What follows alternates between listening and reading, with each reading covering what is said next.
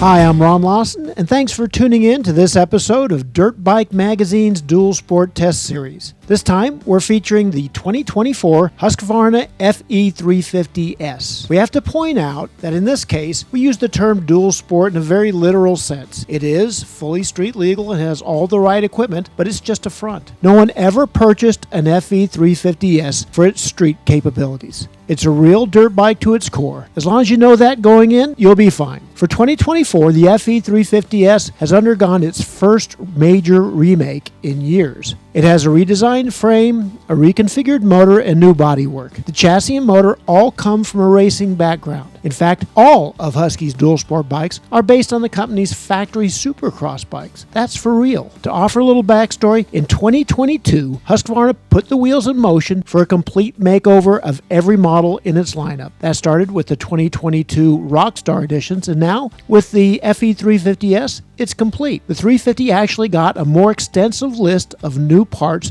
than most of the others, starting with a more compact motor. The bore and stroke are unchanged, but the compression ratio is slightly lower. Every gear in the 6-speed gearbox is different, as well as the primary and final ratios. The overall gear ratios are still similar to those of the previous model, although if you're super sensitive, you might notice that the gap from second to third is tighter and sixth is slightly lower. The clutch is new too, but it's still the DDS design with the Belleville spring and hydraulic actuation. The hydraulics are still made by Brake Tech. The new frame is like what the motocross bikes got last year. Unlike KTM's dual sport bikes, which use PDS no-link suspension, the Husky uses a linkage-driven design, which is, again, just like the motocross bikes. There are also changes to the engine position and frame rigidity that follow that course. Even the fork comes from the motocross world. The Explore fork is no more for this model. It's been replaced by a new version of the WP Exact fork. In this incarnation, the Exact fork has 2 coil springs. The constant attention required by air forks used for MX was deemed inappropriate for a dual sport application. There are, of course, major differences in setup between the MX and dual sport models. The FE350S's suspension and power delivery are much softer. In both cases, that's appropriate, given the FE's role as an off-road bike rather than a racer. In the motor department, Husqvarna also had to jump through formidable hoops. There's a reed valve in the intake boot, and the exhaust system is very restrictive. The mapping is very lean, and there is no map switch on the handlebar. The approved map is what it is. Even the tires were chosen with sound level in mind, and that helped them pass the drive-by sound test.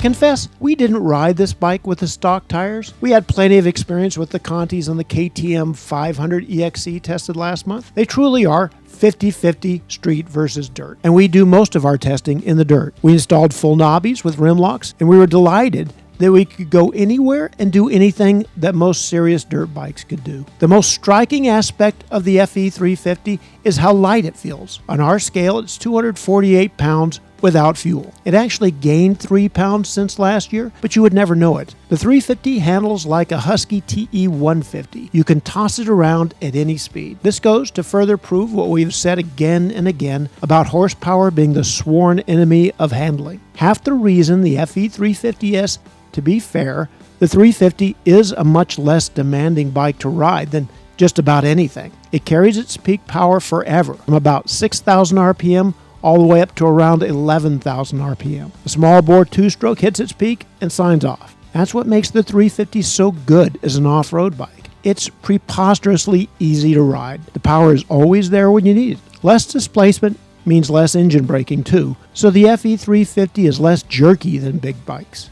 Like any certified dual sport bike, the mapping is lean and the exhaust note is ultra quiet. Husqvarna did a good job of making it work within the required parameters, but it's delicately balanced. The bike takes a long time to warm up and can, on occasion, flame out. The smaller displacement motor makes this much less of an issue than it is with a 500, but you still have to be mindful about using too much throttle too suddenly. Also, like any other dual sport bike, it's difficult to go searching for more power. Changes to the airbox or exhaust will throw that delicate fuel mapping out of whack. Flameouts, stalls, and hesitations will become the norm. There are several ways to address this, but all will make the bike into a closed-course competition bike in the eyes of the government. JD Jetting has the easiest and most affordable solution with its piggyback fuel injector tuners. They sell for about $250 and allow you to make changes to the mixture. Kuber, Athena Get, and Vortex all have more sophisticated systems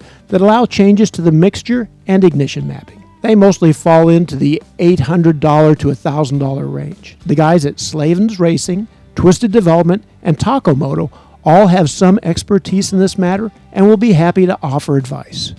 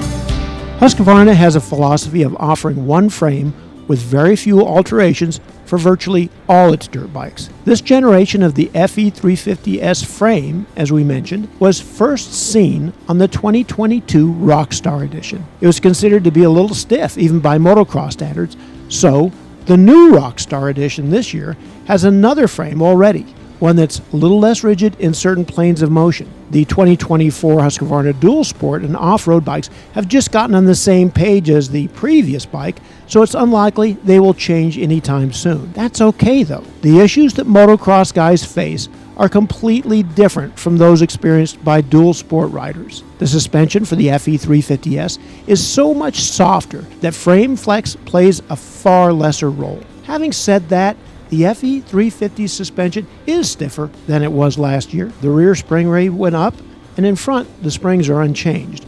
But the fork is now a closed cartridge system with much more precise valving. It rides higher in its travel and has less dive. Overall, the new suspension setup repositions the bike as a more serious off-road machine. The fact that it has linkage instead of PDS like KTM's dual sport bikes gives it even more of an MX-like disposition. PDS guys will continue to believe that their design is better for tight terrain and has a big advantage in ground clearance. All true, but the Husky design feels more conventional and stable at speed. This is a debate that will go on forever in off-road circles. When you sum it all up, there's no doubt that the 2024 Husky FE350S is more dirt-oriented than ever. Beyond that, it's aimed at more aggressive, more hardcore riders this year. That's fine with us. This is a bike that sells for $12,499. It would be senseless to spend that kind of money to ride around the neighborhood or the campground. The FE350S is a state-of-the-art dirt bike. The fact that it can have a license plate is just a bonus.